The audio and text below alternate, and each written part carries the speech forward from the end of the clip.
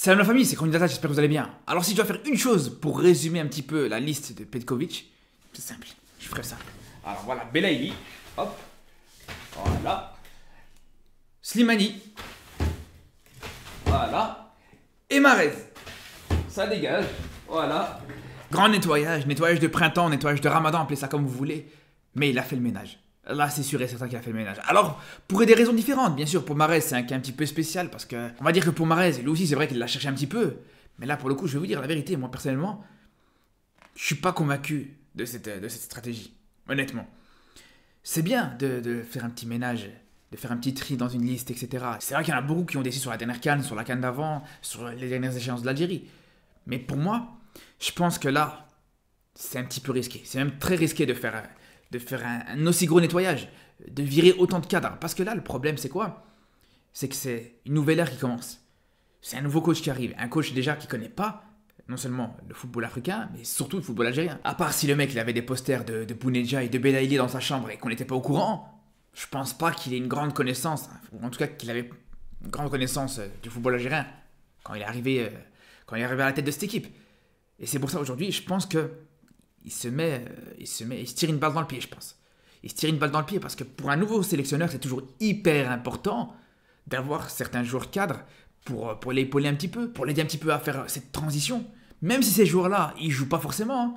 Même si c'est des joueurs qui sont pas dans le 11 et qui jouent très peu. Mais le fait que les joueurs seraient ne serait-ce que dans le vestiaire pour aider un petit peu le coach, c'est hyper important. Et c'est pas réducteur vis-à-vis du coach que de dire ça. C'est vrai que des fois, même quand c'est un coach local, hein, même quand c'est un coach local qui connaît le football africain, qui connaît le football algérien par exemple, même quand c'est un coach local, c'est toujours intéressant d'avoir un joueur qui connaît bien cette équipe, qui est en interne depuis le début. Et là, ça va pas être le cas. Je vais même vous donner un exemple. On se rappelle quand Vaïd il est arrivé avec l'équipe du Maroc, je me rappelle que lui-même, il était le premier à se plaindre justement qu'il y avait beaucoup trop de retraites internationales de certains joueurs cadres du Maroc, soit Benatia, Boussoufa, Karim El Amadi. Et ça, lui-même, il était le premier à s'en plaindre. Il l'a dit. Il aurait vraiment aimé avoir ces joueurs cadres pour pouvoir repartir sur de bonnes bases, pour pouvoir directement être acclimaté à cette équipe. Et c'est même possible que si Vaïd n'a pas vraiment réussi à s'acclimater justement à cette équipe du Maroc, c'est peut-être à cause de ça. C'est peut-être à cause du fait que voilà, il avait peut-être du mal à connaître le contexte, il avait du mal à connaître un petit peu le vestiaire, il avait du mal à connaître certains caractères, certaines personnalités. Et ça peut jouer énormément. Peut-être que si tu avais un Benatia par exemple qui était là dès le début, qui avait peut-être fait la transition entre lui et son prédécesseur, qui avait peut-être même pourquoi pas discuté avec Vaïd avant ça, en expliquant voilà, Ziyech c'est un bon joueur, c'est un joueur qualitatif, mais qui a un caractère un petit peu spécial, peut-être qu'on n'aurait pas eu le problème entre Ziyech et Vaïd par exemple. Bref, c'est un exemple que je vous donne. Le but ici, c'est pas de parler forcément de l'équipe du Maroc, c'est plus pour vous donner un exemple, pour vous dire que là, je pense que ces joueurs-là, ces joueurs cadres, pourraient aider Petkovic là-dessus aussi. Parce que on peut dire ce qu'on veut, même si le mec, il s'est renseigné autant qu'il veut, on va dire, imaginons, il a regardé tous les matchs des 5 ou des 10 dernières années avec cette équipe d'Algérie, mais il ne connaîtra pas les mentalités des joueurs, les personnalités des joueurs, il ne connaîtra pas son vestiaire en fait.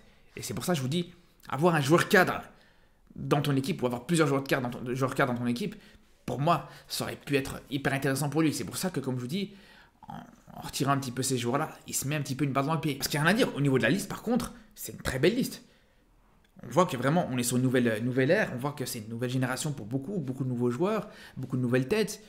Et il y a de la qualité, ça c'est sûr et certain, ça c'est indéniable. Entre certains joueurs, certains jeunes joueurs qui étaient déjà présents, entre certains joueurs qui sont nouveaux, qui viennent d'arriver, ou même entre certains qui étaient en conflit avec Belmadi et qui là font le retour, comme clairement Benrahma, ou même Brahimi, parce qu'il y en a beaucoup qui ne le savent pas, mais les relations entre Belmadi et Brahimi, elles n'étaient pas exceptionnelles.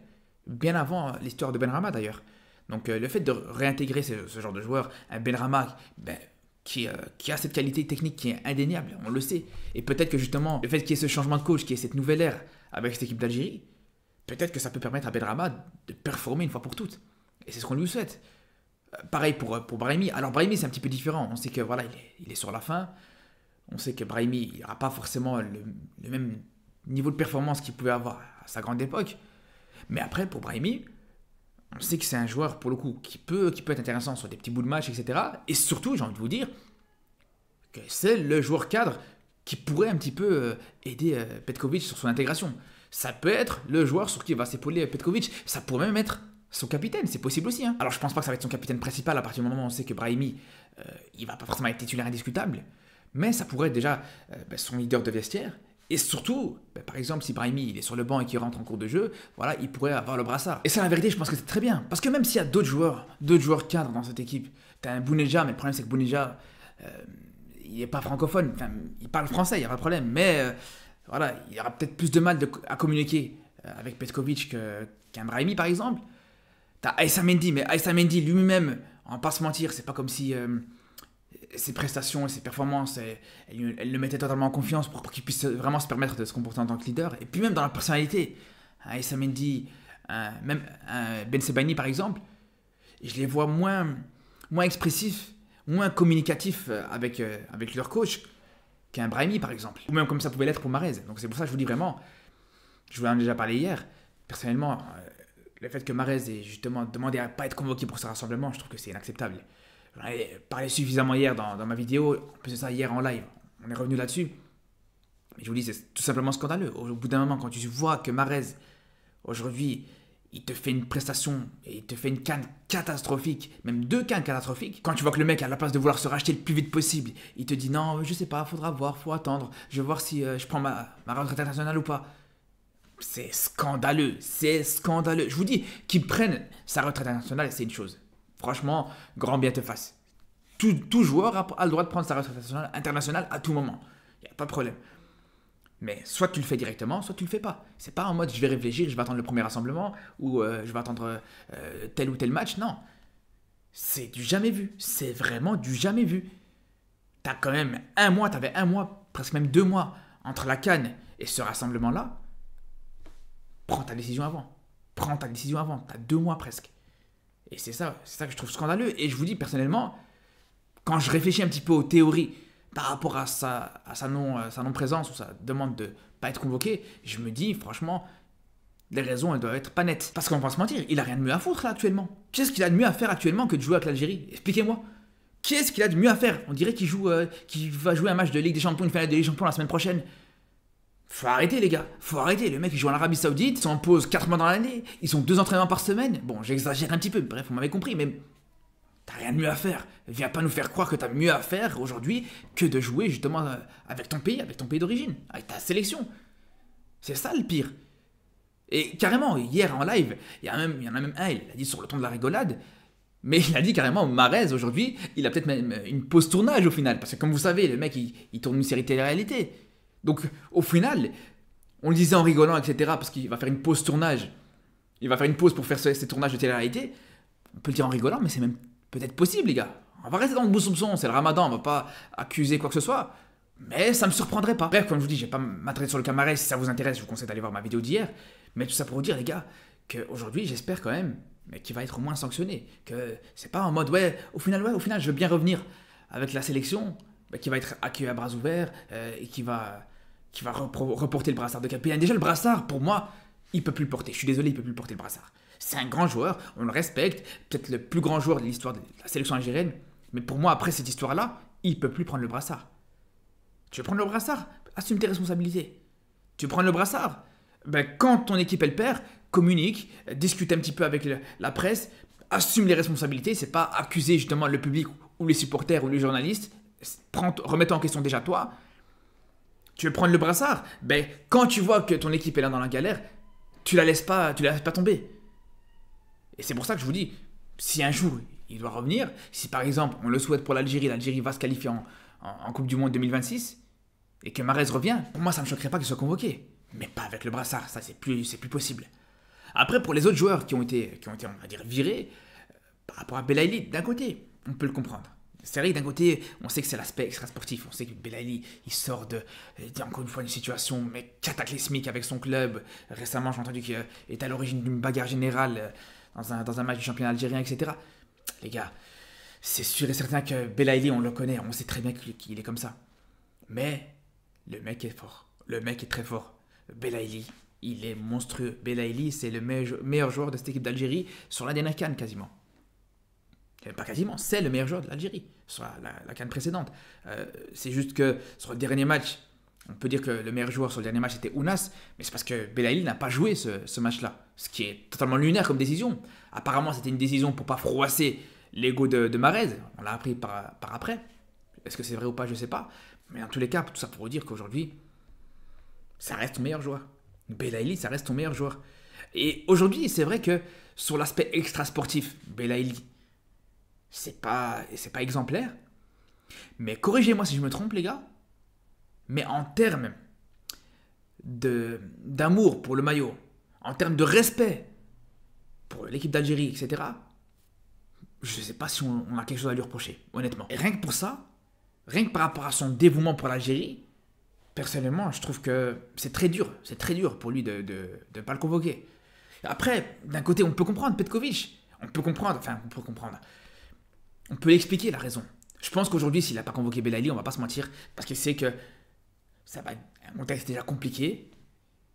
Il devra s'intégrer un petit peu avec cette équipe. Et il sait qu'un joueur comme Belaïli, c'est pas le joueur le plus facile à gérer. Il faut savoir le gérer, Belaïli. C'est pas donné à tout le monde.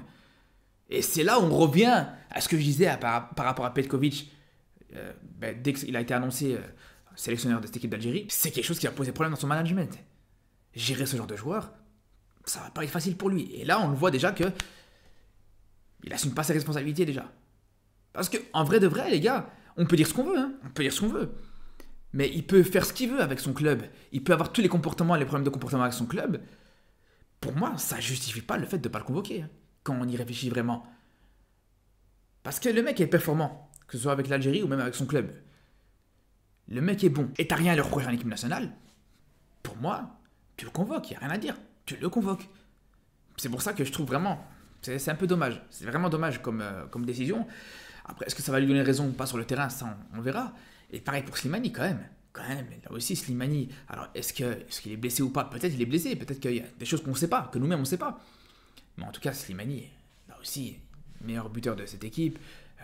Joueur emblématique. Super slim, appelez-le comme vous voulez.